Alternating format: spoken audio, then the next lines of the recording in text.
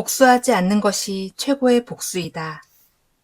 가장 좋은 복수 방법은 그와 같은 사람이 되지 않는 것이다. 상처를 보고 복수를 꿈꾸는 것보다 치료하는 것이 훨씬 낫다. 복수는 시간을 낭비할 뿐만 아니라 처음보다 더 많은 상처를 준다. 분노는 상처보다 오래 살아남는다. 그러니 악에 악으로 맞서지 않고 반대로 행동하는 것이 최선이다. 노새를 차고 개를 물어서 분풀이 하겠다는 사람을 누가 정상이라고 생각하는가? 누군가가 당신을 무례하게 다룬다. 또 다른 누군가가 비열한 방법으로 당신보다 먼저 승진을 한다. 그렇다면 당신도 그들과 똑같이 행동할 것인가? 아우렐리우스와 세네카는 최선의 복수는 복수하지 않는 것이라고 말했다. 누군가 당신을 함부로 대했다고 똑같이 무례하게 반응한다면 그들의 행동이 충분히 효과적이었다는 것을 증명해 줄 뿐이다. 타인의 부정직에 부정직으로 반응해도 마찬가지이다. 그와 같은 행동은 그들이 옳았음을, 즉 모든 사람이 부정직하기 마련이라는 그들의 믿음이 옳았음을 증명할 뿐이다. 최상의 복수는 그럼에도 내가 행복하게 사는 것이다. 타인의 귀감이 되자 언제나 도덕적으로 살아가려는 태도에서 고귀함이 나온다.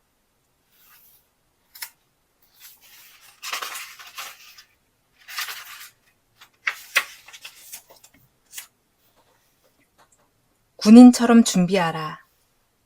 우리는 혹독한 겨울에 대비하여 훈련한다네. 준비되지 않은 군인이 전쟁에 뛰어들 수는 없으니까. 근대적인 전쟁 개념이 생기기 전 고대의 전쟁은 오늘날 우리가 이해하고 있는 전면전이 아니었기에 급습으로 지역적인 전투를 벌였다. 직업 군인이 드물어서 군인을 운용하기 힘들었고, 그래서 전쟁을 수행하기 어려운 겨울이 오면 군을 해산시키는 경우가 많았다. 에피테토스가 겨울 훈련을 강조한 것은 당시의 시민이나 농민이 군인이기도 했기 때문이다. 그는 사람들에게 전쟁에서 승리를 쟁취하기 위해 모든 시간과 자원을 준비와 훈련에 쏟아붓는 것처럼 철학을 탐구하라고 강조했다. 농구선수 르브론 제임스는 학생이었을 때 방학이 없었다고 말한 적이 있다. 친구들이 방학을 즐기는 동안에도 그는 경기의 모든 국면을 고려하며 연습하는 데 모든 시간을 썼다. 축구선수 지네딘 지단은 밤낮으로 연습하는 것으로도 모자라 축구공을 안고 잤다. 하루 24시간 내내 축구공이 그의 몸에서 떨어지는 날이 없을 정도로 몰입한 것이다. 스토아 철학자들의 수련도 이와 같았다. 평범한 우리도 따라야 할 삶의 방식이다. 고르디우스의 매듭. 의무를 결코 회피하지 마라. 당신이 녹초가 되어 있든, 충분한 휴식을 취했든, 비난을 받든, 칭찬을 받든, 의무에 태만하지 마라. 타인의 압박을 받거나 죽어가는 중이라면서도 태만하지 마라. 죽음이라는 것 또한 우리 삶의 중요한 요소이니 당신이 가진 자산의 대부분을 주어진 의무를 완수하는 데 쏟아라. 고대 그리스에 고르디우스라는 왕이 있었다. 어느 날 그는 매듭으로 복잡하게 얽혀 놓은 마차를 신전에 묶어놓고 그 매듭을 푸는 사람이 아시아를 정복할 것이라 예언했다. 수많은 사람들이 그 매듭을 풀기도 전에 도전했으나 어느 누구도 성공하지 못했다. 그러던 어느 날 알렉산드로스의 지배자가 되었다. 그러던 어느 날 알렉산드로스 대왕이 나타나 칼을 꺼내 그 매듭을 싹둑 잘라버렸고 예언대로 아시아의 지배자가 되었다. 알렉산드로 대왕은 아무리 애를 써도 해결하지 못하는 난제를 대담한 방식으로 단번에 해결했다. 우리는 불평과 두려움, 그리고 우리를 유혹하는 것들을 고르디우스의 매듭처럼 단칼에 잘라내야 한다. 삶의 모든 국면에서 우리는 반드시 무언가를 하기 위해 결정을 내려야 한다. 도덕률은 복잡할 수 있다. 하지만 옳은 일은 비교적 분명하며 직관적으로 다가온다. 주어진 의무는 쉽지가 않다. 하지만 중요하다. 그래서 더 어려운 선택이기도 하나 해내야 한다.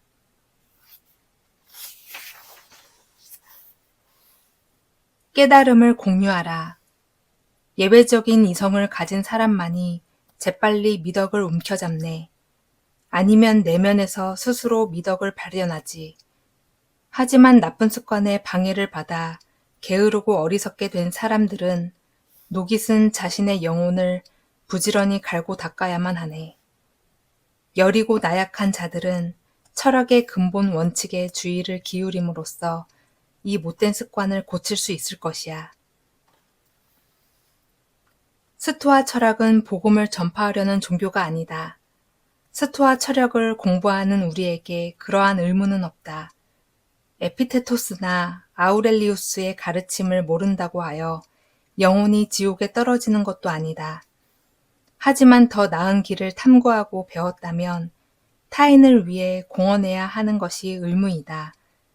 타인과의 관계를 통해서 자신을 성찰하는 것이 스토아적 수련이기 때문이다. 친구나 낯선 이를 위해 스토아 철학의 지혜와 통찰을 공유하고 단련된 태도를 보임으로써 어떤 강의보다 훌륭한 귀감이 될 수 있다. 세네카가 말한 것처럼 누구나 철학의 근본 원칙으로 혜택을 누릴 자격이 있다. 도움이 필요한 누군가를 본다면 그 길을 안내하자. 행동할 수 없다면 아는 것이 아니다. 자네가 소화할 수 없는 사상은 즉각 뱉어버려야 하네. 마치 우리 위가 상한 음식을 먹었을 때와 같이 말이네. 그러나 소화할 수 있다면 뱉지 말아야 하네. 우리를 위한 영양분이 되어야 하니까. 그 사상을 소화한 후에 그것이 자네의 합리적 선택을 어떻게 변화시켰는지 보여주어야 하네. 마치 운동선수의 어깨가 훈련의 성과를 보여주듯이 예술가의 공예가 그들의 숙련도를 보여주듯 말이네. 스토아 철학의 경구는 단순하고 기억하기 쉬울 뿐만 아니라 인용했을 때 현학적인 느낌을 준다. 하지만 이것이 스토아가 지향하는 바는 아니다. 스토아 철학의 목표는 말을 행동으로 바꾸는 것이다. 모소니오스 루푸스가 말한 것처럼 올바른 가르침을 통해 올바른 행동을 이끌어내는 것, 그것이 스토아 철학의 임무였다. 자랑거리가 될 만한 지식을 획득했다면 반드시 질문해야 한다. 말을 하는 것이 더 나을까? 아니면 행동하는 것이 더 나을까? 어떤 것이 지식에 대한 내 이해도를 반영하는가?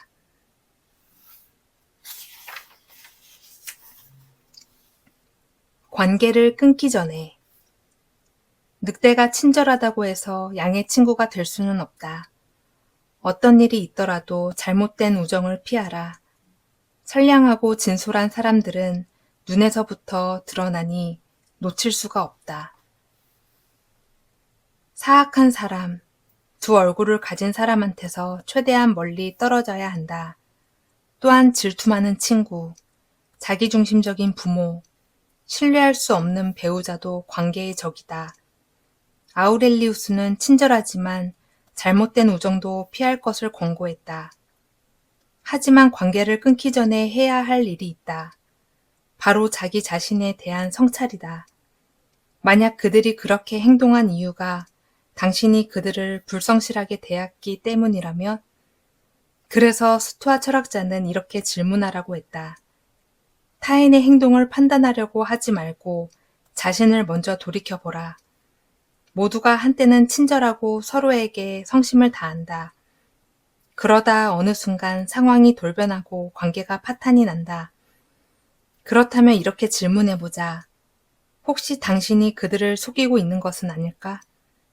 일이 잘 될 때만 관계를 유지하려 했던 것은 아닐까?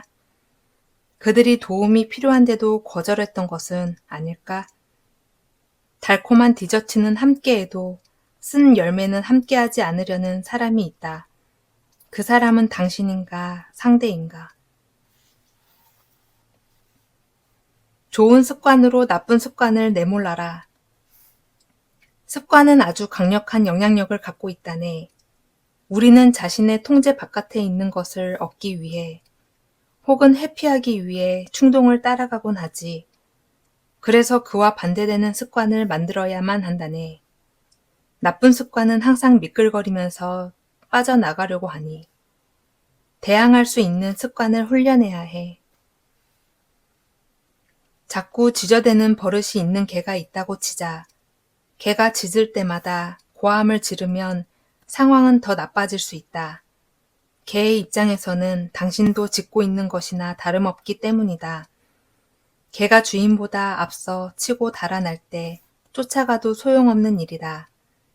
둘 다 도망치고 있는 것이나 마찬가지일 터이니 말이다. 가장 좋은 선택은 개에게 옳은 방향을 알려주는 것이다. 부정적인 충동을 깨고 다른 습관을 형성하도록 말이다. 앉아, 집으로 들어가.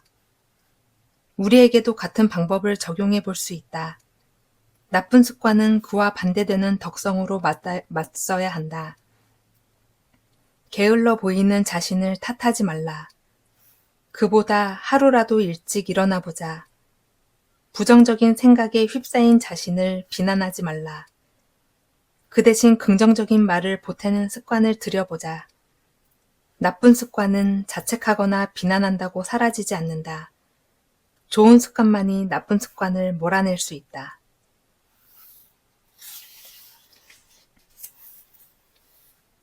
삶의 의미를 찾아서 당신은 행복을 찾지 못한 채 수없이 방황만 했다. 행복은 논리에 있지 않으며 부에도 명성에도 하고 싶은 일을 마음대로 하는 데에도 있지 않다. 그렇다면 어디에 있을까?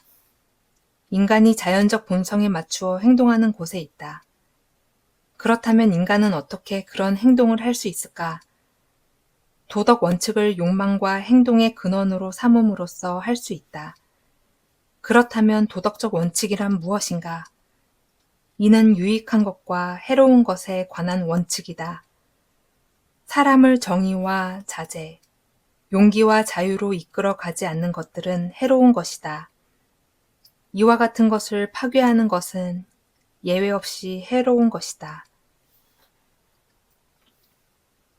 삶의 의미는 무엇인가? 나는 왜 태어났는가? 사람들이 한 번쯤은 이와 같은 질문을 던지고 답을 찾으려고 한다. 하지만 방향을 제대로 잡는 사람은 드물다.